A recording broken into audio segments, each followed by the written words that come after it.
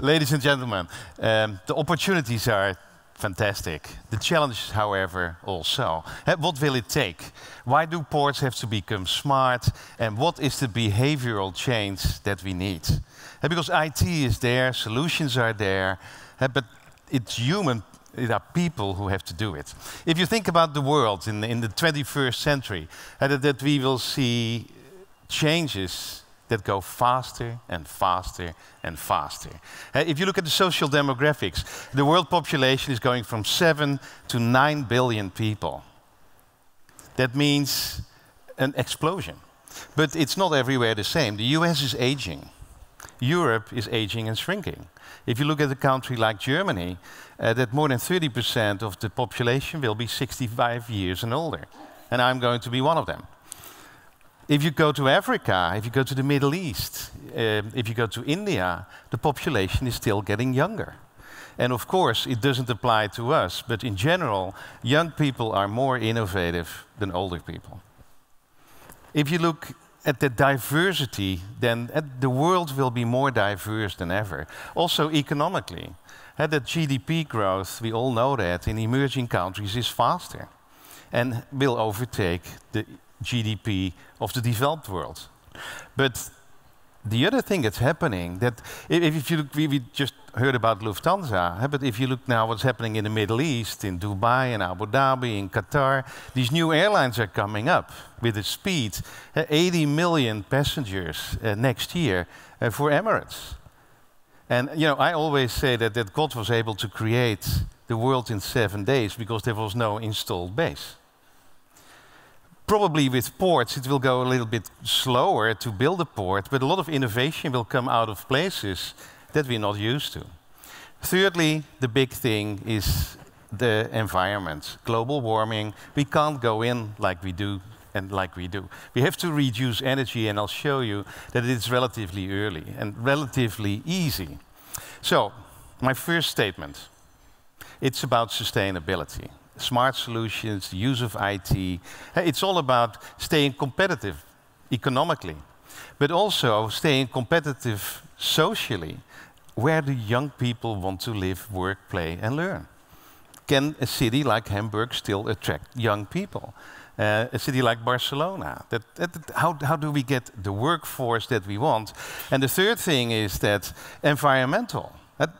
If the city is not clean, then people will move away. And so it is about that balance that we have to look at economic, socially, and environmental. That's what competition is going to be about in that three-dimensional circle.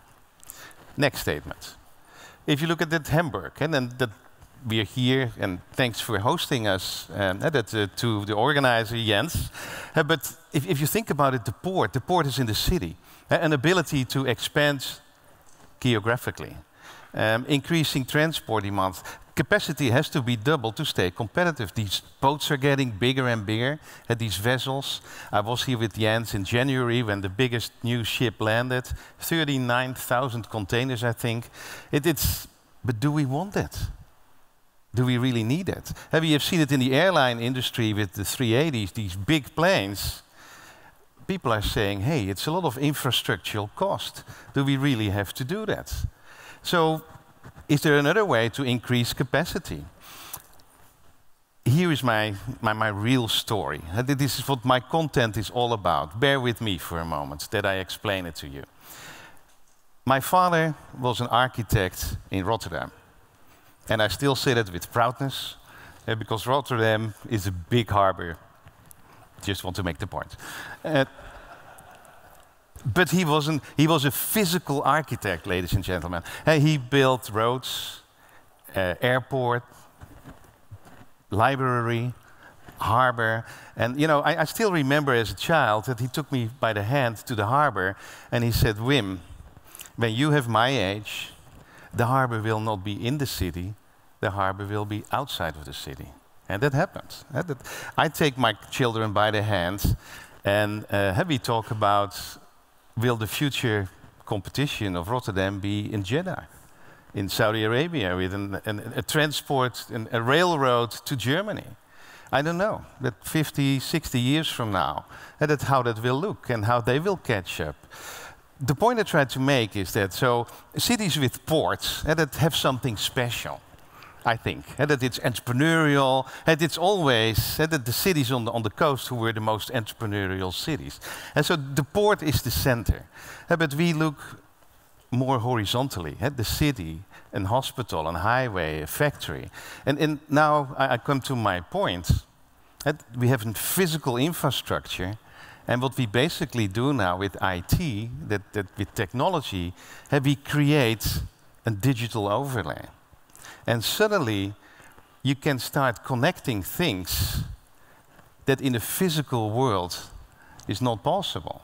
And that we know that we are very siloed. That we think in transport, we think in traffic, we think in energy, and oftenly these type of organizations don't talk to each other. Do you recognize that? Yes. If you get data up, and the question is that we already had a question about big data. I always say big data is bullshit, actually. It's not about the big data, it's about how you make it information. How do you make it knowledge? And how do you make it wisdom? And we think that you only need 2% of all the data available to come to better informed and real-time type of decisions. It's not, data is great, but how do you do something intelligently with it? And so stay with me. I think one of the most disruptive applications we see in the world is Uber. You know Uber? Who has ever used Uber as a taxi service? It's extremely disruptive. It's the first American company who was able to get Europe unified in a strike. But it are young people who create a company in 4 years of $40 billion. They are in 123 cities and they disrupt. Ladies and gentlemen, I lived in Bangalore myself for 4 years in India, a city that moves from 1 million people to 10 million people in 15 years. They love Uber because it will take cars from the road. It will really reduce traffic. But you know, in Europe we think different, and we have to think different, because we have regulation and we have all kinds of schemes. So the world is diverse. The point I want to make again here, that if you think, and IT, a lot of people think that IT is too slow, but nowadays we have apps on our phone, on our tablets. Did you know that an average phone user is spending 2 hours a day already looking at apps? 6 years ago, it didn't even exist. I have 2 boys of 15 and 18. I think they spend 6 hours a day on apps. And I don't like that, but it's happening. And you know, they basically have 2 statuses in life. They are asleep or they are online. Is it good? Is it bad? You know, history will tell, but it's a fact that apps are there. At this moment, on a weekly basis, 100 movies are produced, 250 books, and 15,000 apps. It's the fastest growing industry. Did you know that Volker talked about the Internet of Things, that we connect 300,000 things to the Internet every hour? 30 million a week. It's a technology that's going faster than anything before in history. We think at this moment that 15 billion devices are connected already. 15 billion devices. And it's exploding. And then what we talked, that everything that is connected to the internet starts producing data.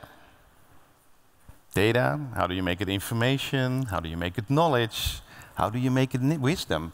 That Dr. Cisco here in Hamburg has already an integrated operations center where all that data comes together, by which the port can make more intelligent decisions. So, we are used to a physical world. We're putting a digital overlay on top of it, and we're going to break the silos. Departments suddenly are going to work together. And we define a smart city as a city where more than 3 groups work together. And then you say, of course. But we all know in daily life, that's not of course. And you know, if I look here that we have the police sitting, that next to the CIO, next to the they seem to talk, and that's great. Because that will enable all these type of opportunities. And so it is that behavioral change that first IT is just a tool. IT is not the solution. IT is an enabler. And that enabler we should use wisely. Are you with me? Still early? Come on. The opportunity. And that makes it so spectacular. And so if we talk about sustainability and competitiveness, it's all about $19 trillion. And I'm real here. And so we talk, if you really tap that opportunity from the technology, you enable the applications, people work better together, and that all these solutions together that you then can enable. And Uber is already 40 billion, don't forget it. And we don't like it, but it's there. You talk about a 19 trillion. We estimated for Germany, the opportunity is 900 billion. In Barcelona, we've done a study with the previous government. It's a $4 billion opportunity. In Dubai, based on 17 use cases, we see an opportunity of almost 5 billion. And Dubai wants to be the smartest city. That competition is coming. So the main things is innovation and new revenue streams. And that if we work better together, and we think more horizontal, and we really start using all that data, there will be a new business models. Supply chains, you know, ports know much more about it than I do, but there's a lot to optimize. Asset utilization, at 2.5. Did you know that 70% of energy is used in cities? 70% of that 70% is used in buildings. Buildings at a utilization of only 40%. And so just increasing that a little bit. Another example. A lot of ports get now terminals for tourism, for trips. Dubai has done a great job coming in the country that you don't need your passport. The iris scan and you're in. It saves an enormous lot of time. But then you come in your hotel, and what do? You have to show your passport. And it takes 10 minutes. If you open up that information also to the hotels and you share that and you connect digitally, you can save that and you don't have to do that. And so if you have 10 million visitors a year and you save 10 minutes, you save 100 million minutes. Just there. That's simple. We can do it in 3 months. The technology is there. But it's the behavioral change that we need and that people accept that. And that they see the opportunity. And we have video sensing here in transport now as a proof of concept. And you can see it if you make the tour, it's there. But people are worried and say, is that Big Brother watching me here? No, we pixel it. The technology can do that. You don't see faces, don't be nervous. You don't see licensing plates, you can still drive too fast. And that we can do that in Germany is fantastic, I love it.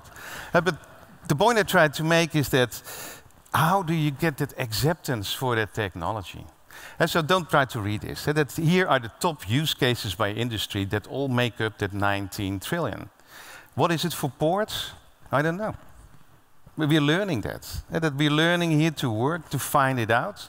I think that an opportunity in ports, if you embrace the technology and smart solutions, and that it's relatively easy to make a couple of billions. Easy.